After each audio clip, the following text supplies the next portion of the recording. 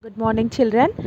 Yesterday we have discussed about the vitamin K deficiency due to the inheritation. So, inherited deficiency of vitamin K we have discussed about hemophilia, and also I told you about that some disorders to the children due to the marriages between very close relatives.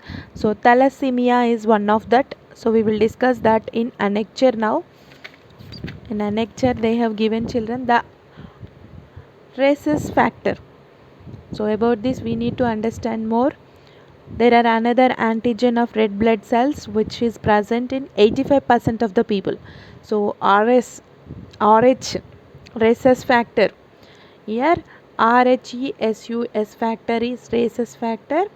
It was first discovered by uh, the people in rhesus monkeys. So most probably all the people are having RH positive blood group only.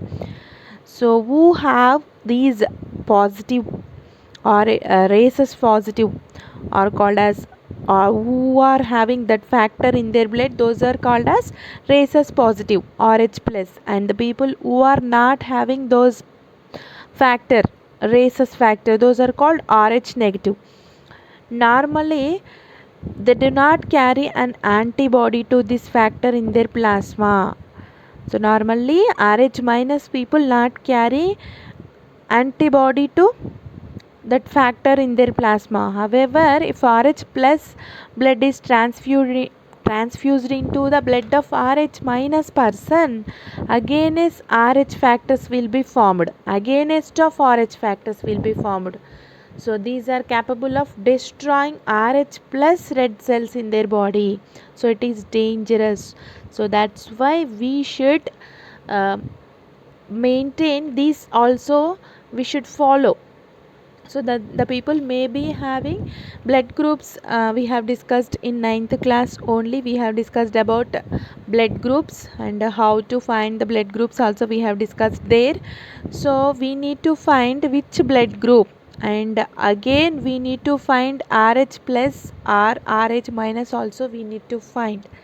Yes, we have blood groups A plus, B plus, AB plus, A minus, B minus, AB minus, O plus, O negative, O minus.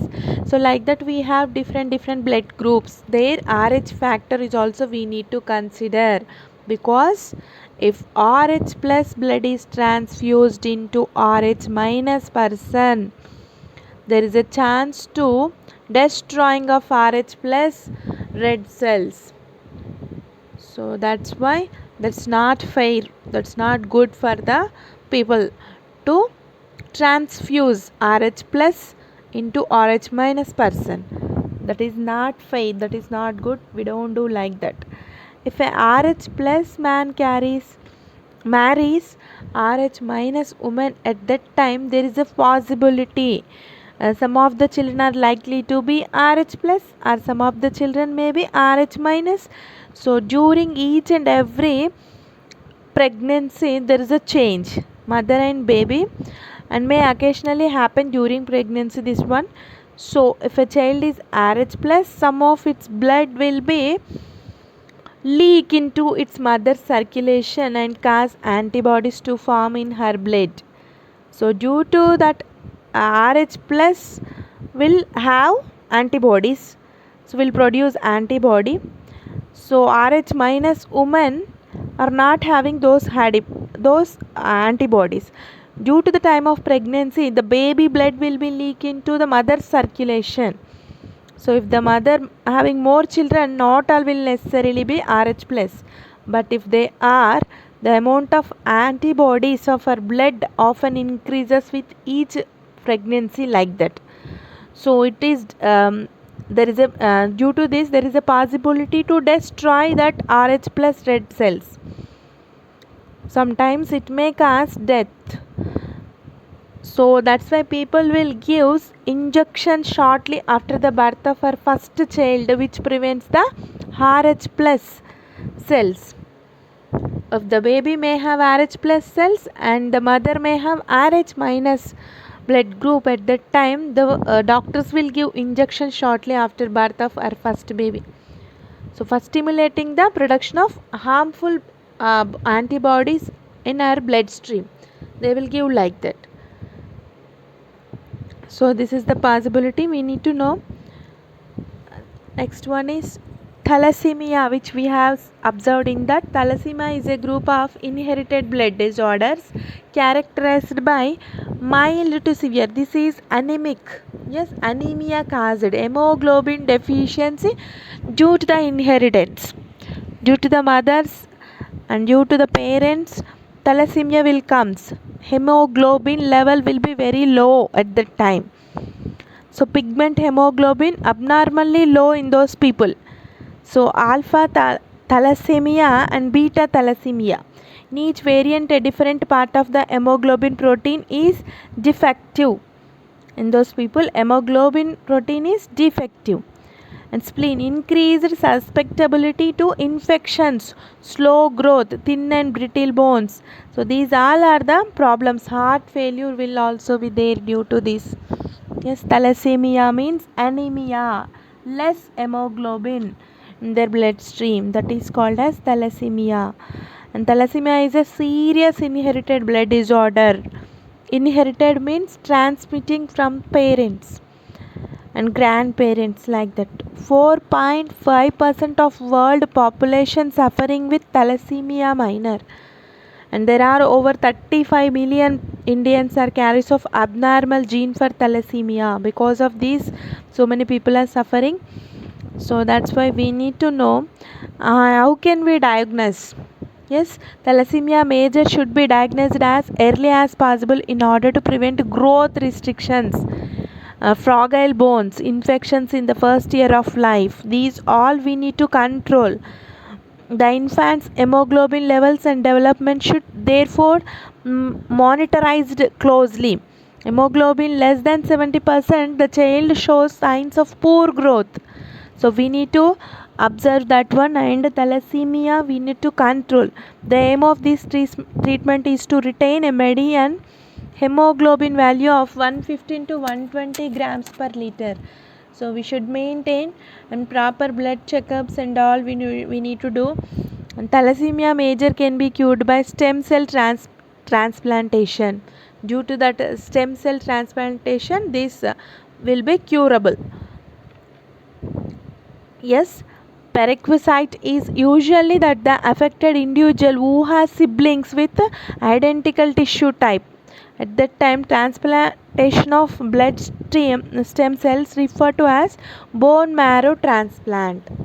Stem cell transplantation means bone marrow transplantation can be carried out. Due to that, we can control that thalassemia disorder, inherited disorder which is.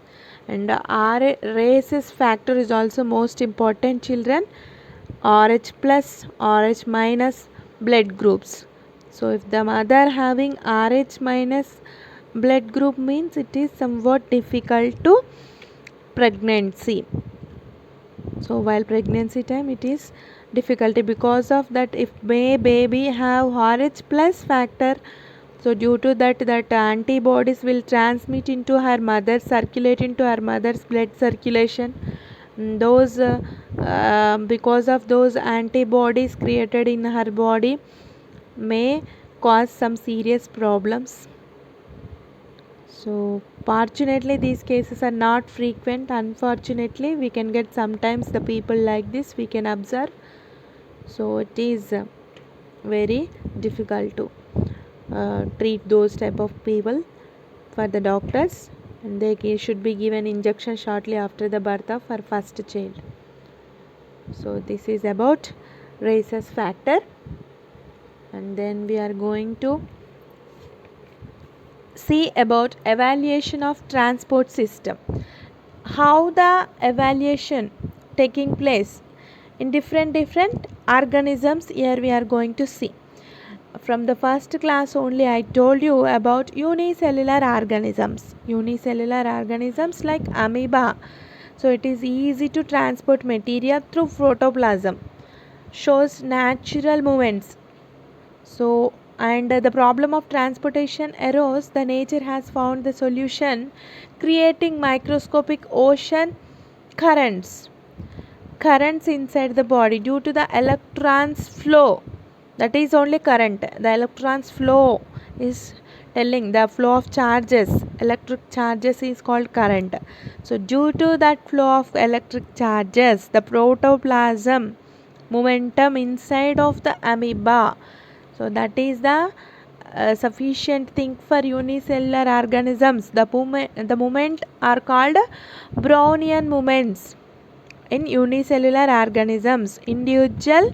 Each and every individual cell in a human being is also participate like these movements.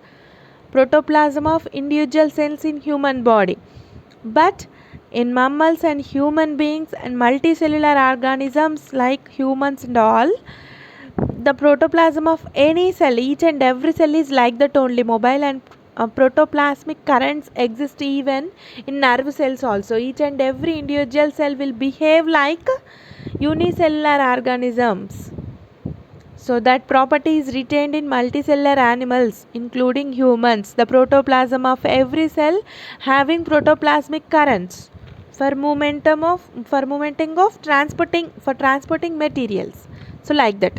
And multicellular animals have to develop more complicated transportation system than unicellular organisms. And here I am going to tell you now the parazoans like sponges. The parazoans like sponges, I think you know, which is invertebrate and which is having less cells in their body.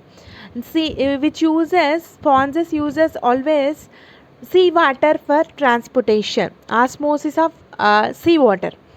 And since the natural water currents are not reliable, sponges sometimes create their own currents by beating flagella, children here, flagella that are present in their bodies. So sponges create their own currents by using this digestive function is carrying out by flagella.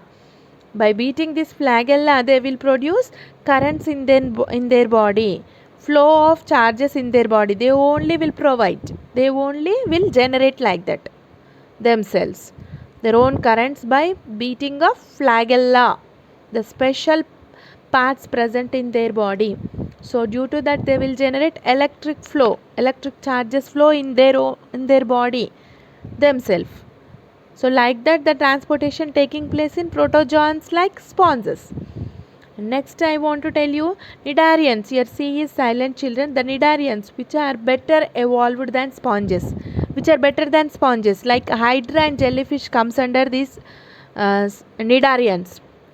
These two are the examples for this hydra and jellyfish, and which are having a gastrovascular cavity like structure, blind sac like gastrovascular cavity in their body, which has taken up the function of digestion and transportation of nutrients to the each and every body cell. So blind sac like structures they maintain. Gastrovascular cavity they have. Cnidarians, hydra and jellyfish are the examples for this. Next, see children, here they have given different type of animals. So those are platyhelminthes. So this is the example, Fasciola hepatica. Fasciola hepatica is the example for this platyhelminthes animals. So which are also using digestive system which is very highly branched. In this digestive system is very highly branched, and the excretory system collects waste materials. And these platyhelminthes type animals or organisms maintain most of their body part as digestive and excretory systems only they have. Understand children, here cnidarians and platyhelminthes, these are not having heart. Here digestive system only will taking place action. Coming to the parazoans like sponges also like that. Digestive system only will transport the material throughout the body. Here flagella are the special parts they are having, sponges.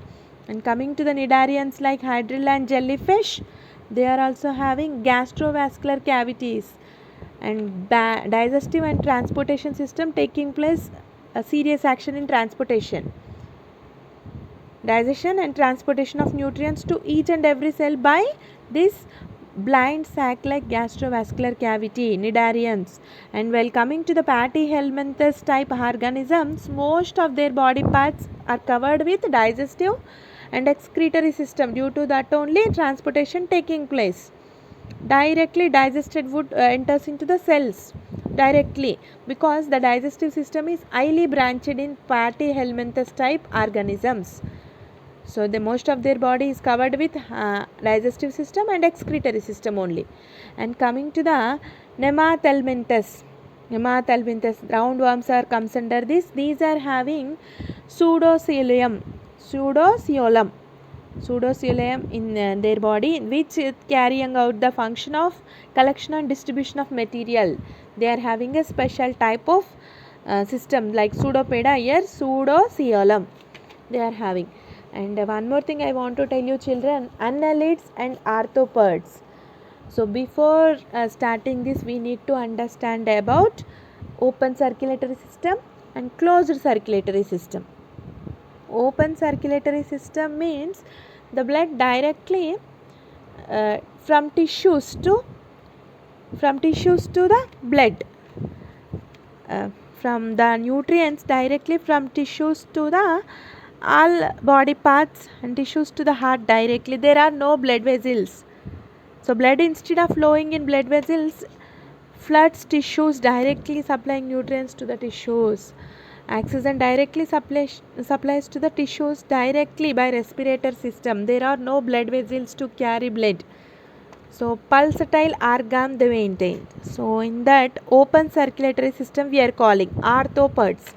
So the examples for arthropods are here insects like ants, dragonflies, bees, spiders also children, so scorpions. These all are the examples for arthropods, in which a pulsatile organ to pump the blood. A pulsatile organ will be there. There are no blood vessels carry the nutrients and fluid. Tissues directly supplying the nutrients. Directly tissues supply. Oxygen is directly supplied to the tissues and tissues directly flow out. So from the respiratory system, a pulsatile organ will pump the blood. There is no heart. This is open circulatory system. Open circulatory. And coming to the annelids, the body is externally divided into ring-like metameres. Their examples are earthworms and leeches, and which are showing closed circulatory system. Here blood vessels are there, pulse vessels are there, which carry blood. Transporting medium is blood here, and pulsatile vessels are there, not pulsatile organ. In the case of open circulatory system, pulsatile organ is there. In the case of closed circulatory system, pulsatile vessels are there to transport blood. So this is closed circulatory system. Annelids. In annelids we can observe the examples are leeches and earthworms, and which are also invertebrate, and hydrostatic skeleton structure is there for this type of annelids like leeches and earthworms. And coming to the arthropods, they are also invertebrate. These are the examples are spiders, ants and dragonflies in this open circulatory system taking place. Pulsatile organ is there, directly respiratory system and pulsatile organs supply the nutrients, oxygen and fluid needed, blood to the tissues directly. So that's why this is open circulatory system, and in annelids it is closed circulatory system. I think you got this children. Next we will discuss the transportation of material in plants. Tomorrow we will see this.